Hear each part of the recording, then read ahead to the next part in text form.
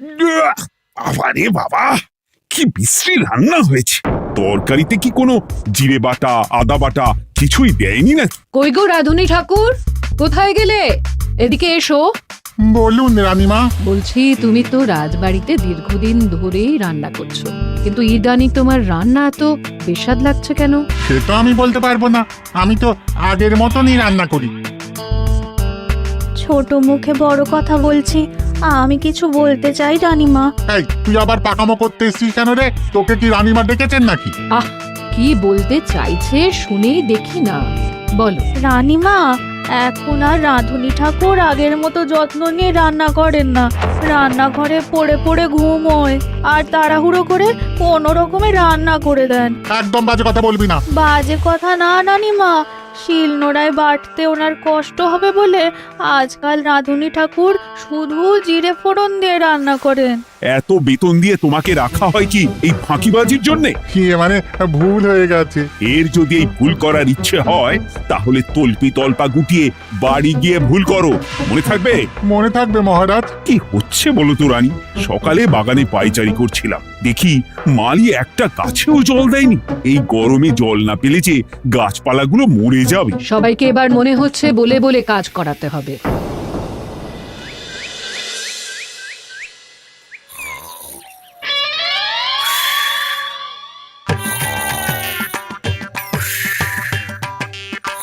কি গো, কদিন ধরে তো তুমি শুধু খাচ্ছ আর ঘুমোচ্ছ। বাজার দোকান কিছুই নেই গো, রাজসভাতেও যাও না। কি যে করি। কি গো দিদা, দাদু আজও ঘুমোচ্ছে? কি বলবো বলতো? আমরা কিছু একটা ব্যবস্থা করছি, দাঁড়াও।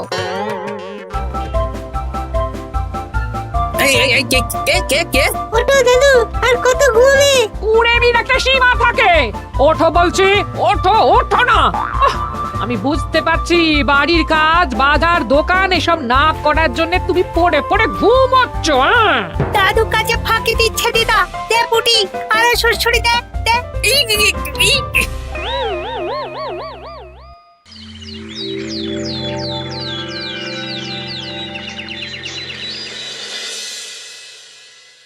মহারাজের শরীর খারাপ না মন খারাপ? মহারাজ এরকম চুপ করে ঘুম মেরে থাকলে তো রাজপাট সব উঠে যাবে। কিছুই বুঝতে পারছি না।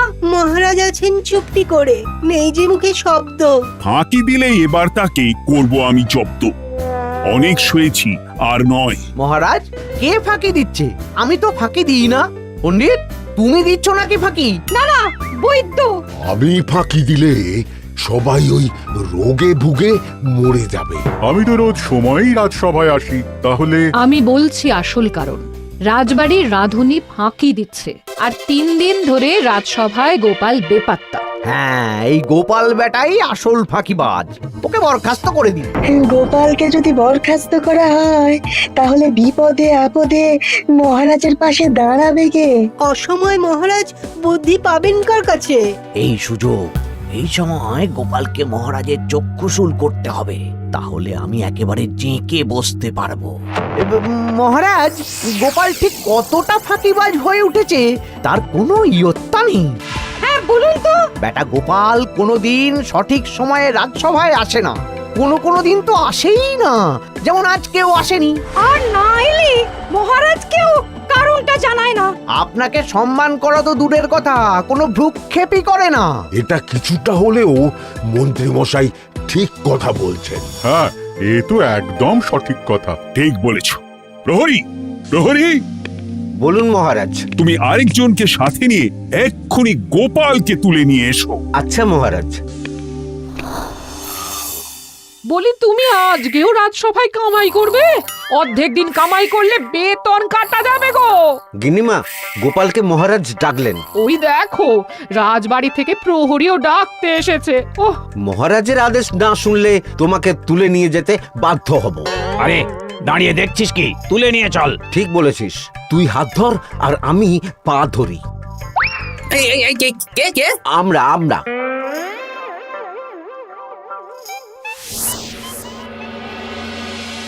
এসব কি গোপাল? তুমি বাড়িতে আছো, ঘুমোচ্ছ, অথচ রাজসভায় আসছো না, কি ব্যাপার? আগে মহারাজ, মস্তিষ্ককে বিশ্রাম দিয়ে বুদ্ধি বাড়াচ্ছিলাম। অনেক ব্যবহার হয়েছে তো, তাই একটু বিশ্রাম দরকার আর কি। আমার পুরো রাজসভাটাই ফাঁকিবাজ। আমি সবাইকেই বিদায় করব, আর গোপালকেও। এই সেরেছে, আমি ফাঁকিবাজ নই মহারাজ। আমি খোঁজ নিয়ে দেখেছি, সবাই কম বেশি গায়ে হাওয়া লাগিয়ে ঘুরছে। মহারাজ, আমি তো নদীর পাড়ে বসে শীতল হাওয়া গায়ে লাগাই, তবেই তো ঢেউয়ের মতো আমার ছন্দ আসে। কেউ ফাঁকিবাজ না মহারাজ, আসল ফাঁকিবাজ গোপাল। মহারাজ, আমি যদি দরকারে আপনাকে বুদ্ধি দিয়ে, ফাঁকা সময়ে বিশ্রাম দিয়ে ফাঁকিবাজ হই, তাহলে মন্ত্রী মহা ফাঁকিবাজ। কারণ মন্ত্রীর কাজ রাজাকে বুদ্ধি দেওয়া, তা তিনি করেন না বলেই আমাকে দরকার পড়ে। আমি তো ভাঁড়, আমি শুধু হাসাবো, এটাই আমার কাজ। তাতে কি, সেনাপতিও তো সেনাপ্রধান, ও কি যুদ্ধ করে? রাজ্যে শান্তি শৃঙ্খলা বজায় আছে, তাহলে যুদ্ধ করে হবেটা কি? হ্যাঁ, অকারণে পায়ে পা দিয়ে যুদ্ধ বাঁধাবো নাকি? হ্যাঁ, যত সব। যখন তখন বিপদ আসতে পারে, তাই যুদ্ধের জন্য সব সময় সামরিক শক্তিকে প্রস্তুত থাকা দরকার। হ্যাঁ, এটা গোপাল ঠিক বলেছে।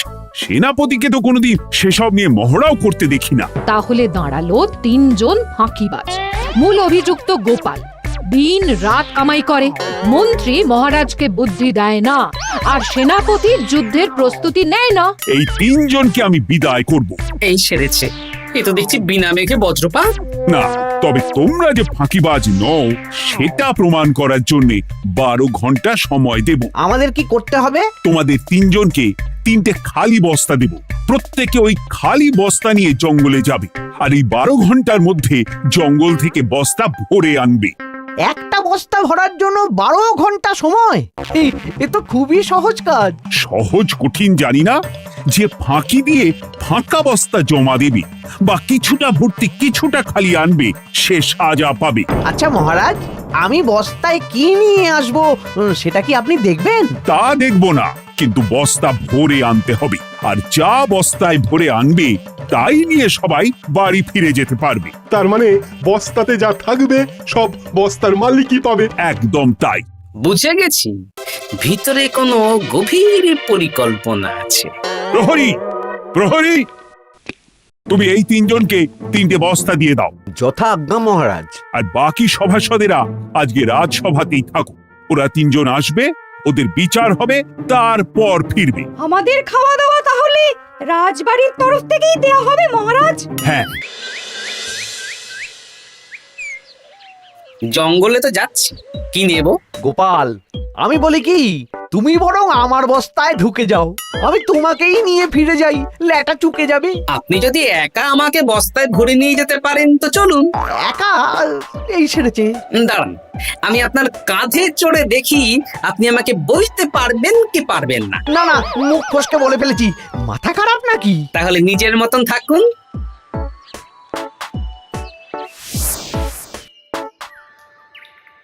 এমন কি বা আছে এই জঙ্গলে?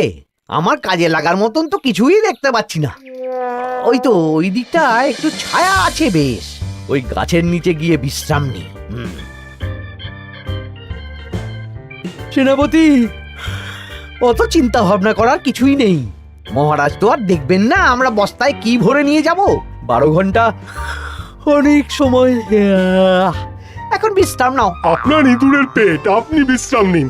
দেখি জঙ্গলে থেকে কিছু ফল পেড়ে আগে খাই, তারপর না হয় ওই বস্তাটা ওই ফলমূলের খোসা আর মাটিতে পড়ে থাকা পাতা দিয়ে ভরিয়ে মহারাজের কাছে নিয়ে যাব। হ্যাঁ, বস্তা যখন বাড়ি নিয়েই যেতে পারবো, তাহলে বনের সব থেকে ভালো ভালো ফলগুলো আগে ভরে নি। গিন্নিকে এবার বলবো, বাজার আনি না তো কি হয়েছে, দেখো কত ফল এনেছি। যাই, এর থেকে কিছু মহারাজকে ভেট দেব, মহারাজ বেশ খুশি হবেন।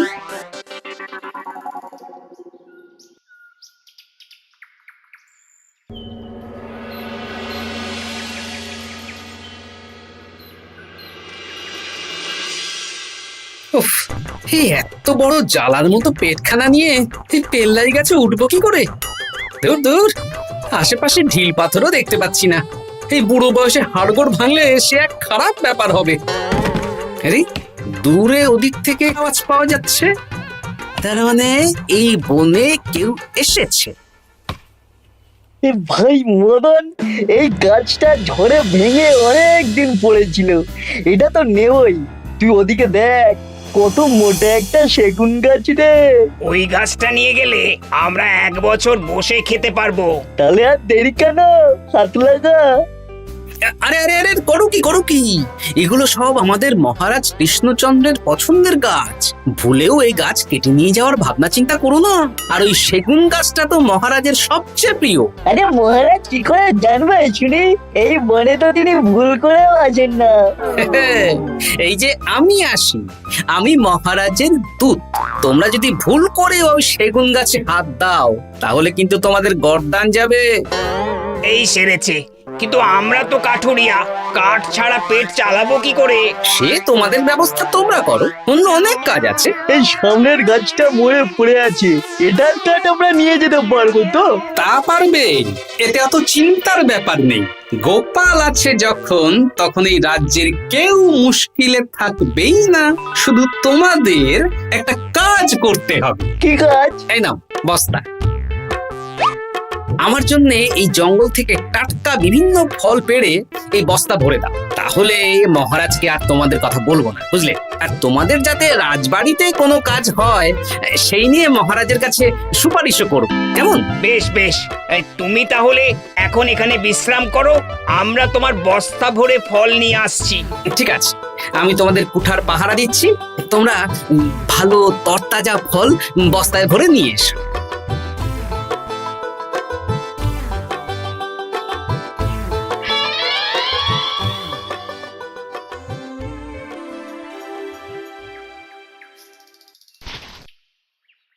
ব্যাস ব্যাস ব্যাস, আমার বস্তায় পাতা ভরা হয়ে গেল, এবার যেতে হবে। আমারও বস্তা ভরা হয়ে গেছে মন্ত্রী মশাই। হ্যাঁ, কটা ফল খেলাম আর কটা ভরে নিলাম, আর বাকি জঙ্গলের পাতা ভরে ফেলেছি। হ্যাঁ, আবার কি কি ভরেছি আর কি ভরিনি সেসব তো মহারাজ আর দেখতে যাবেন না। তাহলে আর দেরি কেন, চলুন হাঁটি হাঁটি পা পা করে এগিয়ে যাই। গোপালকে তো দেখতে পাচ্ছি না। ও বেটা যা কুঁড়ে, হয়তো এখানে এসেও ঘুমিয়ে পড়েছে। আবার কালকে সকালবেলা উঠবে।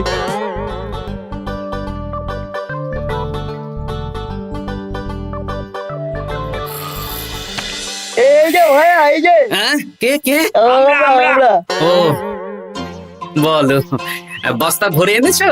হ্যাঁ, ভরে এনেছি। তাহলে চলো রাজসভায় যাই, তোমাদের একেবারে মহারাজের সাথে পরিচয়ও করিয়ে দেবো, আর কাজের ব্যাপারেও বলবো। চলুন। চলো চলো চলো।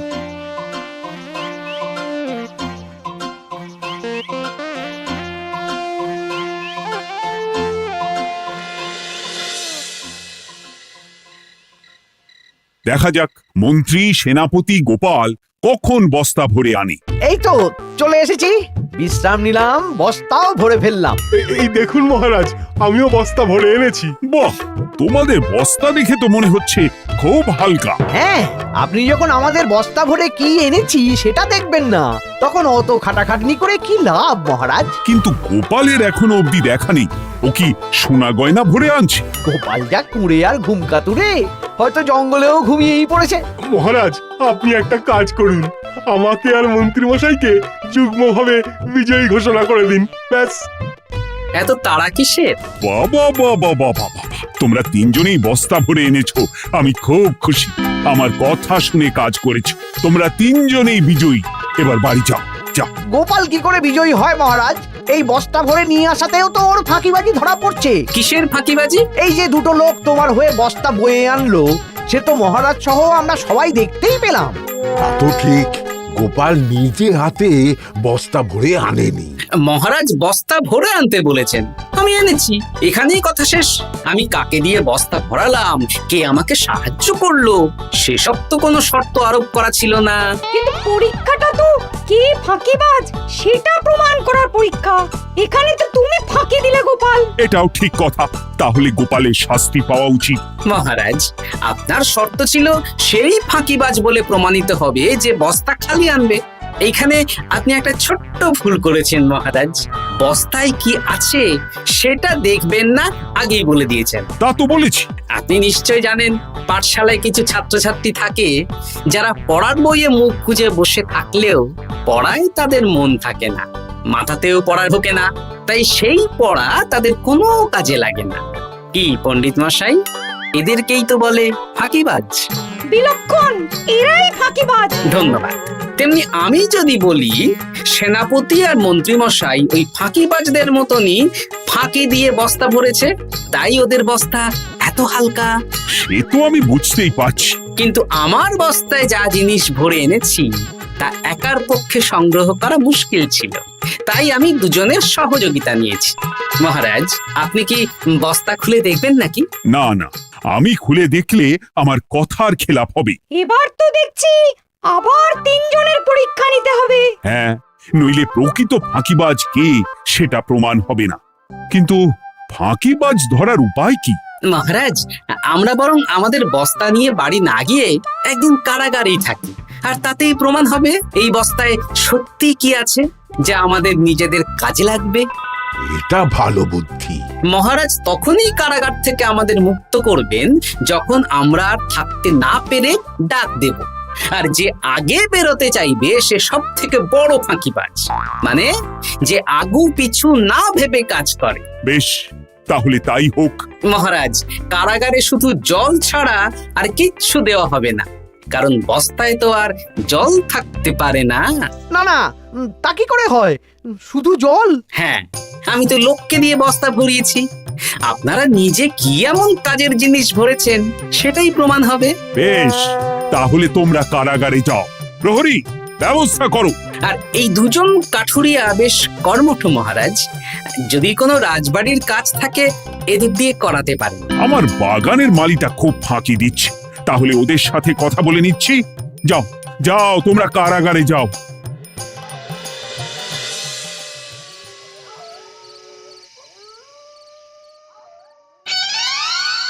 ওরে বাবারে, কি খিদে খিদে পাচ্ছে রে। হ্যাঁ, দেখি বস্তায় কি আছে দেখি।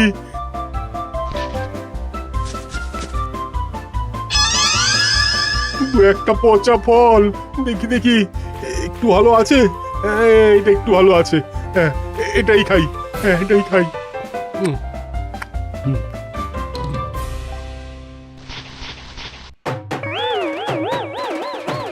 আমি তো শুধু পাতা ভরেছি, কি সেরেছি? আমাকে কি জল খেয়েই কাটাতে হবে? এবার আমি দেখি। আহ, টাটকা ফল আর জল। আমার কাছে যা ফল আছে এগুলো খেয়ে আরাম করে 5-6 দিন কেটে যাবে। ও গোপাল, আমাকেও কটা ফল দাও না গো। ও গোপাল, আপনি এখান থেকে উঠুন, অন্য বাগানে ফুল হয়ে ফুটুন। ফল খাবেন? এখন কর্মফল ভোগ করুন। ওরে বাবা, জল খেয়ে আর কতক্ষণ কাটাবো?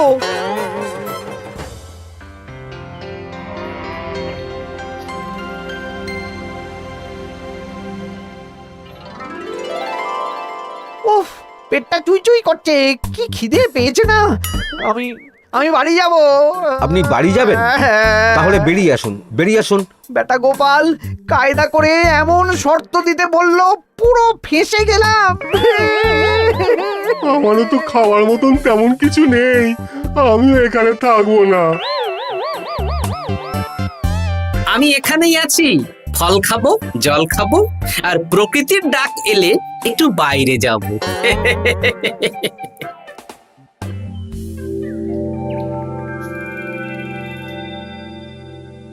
কি তোমরা কারাগারে এক রাতের বেশি তো থাকতেই পারলে না? কি আর করব বলুন মহারাজ, আমরা তো আর গোপালের মতন বস্তা ভরে টাটকা ফল নিয়ে আসিনি। বেটা গোপাল আমাদের দেখিয়ে দেখিয়ে ফল খাচ্ছিল, ওতে আমাদের খিদে আরো বেড়ে যাচ্ছিল। তাহলে এরা দুজনে তো হার মেনে নিল। গোপাল কি করছে? গোপাল খাচ্ছে আর ঘুমোচ্ছে। ওকেও নিয়ে এসো। আচ্ছা মহারাজ। একই মহারাজ, আমার তো এখনো বাইরে আসার ইচ্ছে হয়নি। কি আর করা যাবে, ওরা হার মেনে নিয়েছে, তার মানে তুমি জয়ী হয়ে গেলে গোপাল। আমার বস্তায় ভরে অনেক ফল এনেছিলাম, এখনো অনেক আছে। আপনি তাহলে বাকি ফলগুলো নিয়ে নিন। তাহলে তো এটাই প্রমাণ হলো গোপাল কাজের সময় ফাঁকিবাজি দেয় না, শুধু বুদ্ধি বাড়ানোর জন্য একটু বেশি ঘুমোয়। এই নাও গোপাল, তোমার উপহার। মহারাজ, আমি সময়ের কাজ সময়ে করি আর বাকি সময় একটু ঘুমাই। আমার এখন ঘুম দরকার মহারাজ, কাল থেকে অনেক ধকল গেল যে। বেশ, তোমাকে ঘুমানোর জন্য 1 সপ্তাহ ছুটি দেওয়া হলো। ধন্যবাদ মহারাজ। কি সেনাপতি আর মন্ত্রীমশাই, এবার বুঝলেন তো ফাঁকি দিলেই ফাঁকে পড়তে হয়, তাই কাজ করলে ভেবে চিন্তে করুন। চলি, খুব ঘুম পাচ্ছে।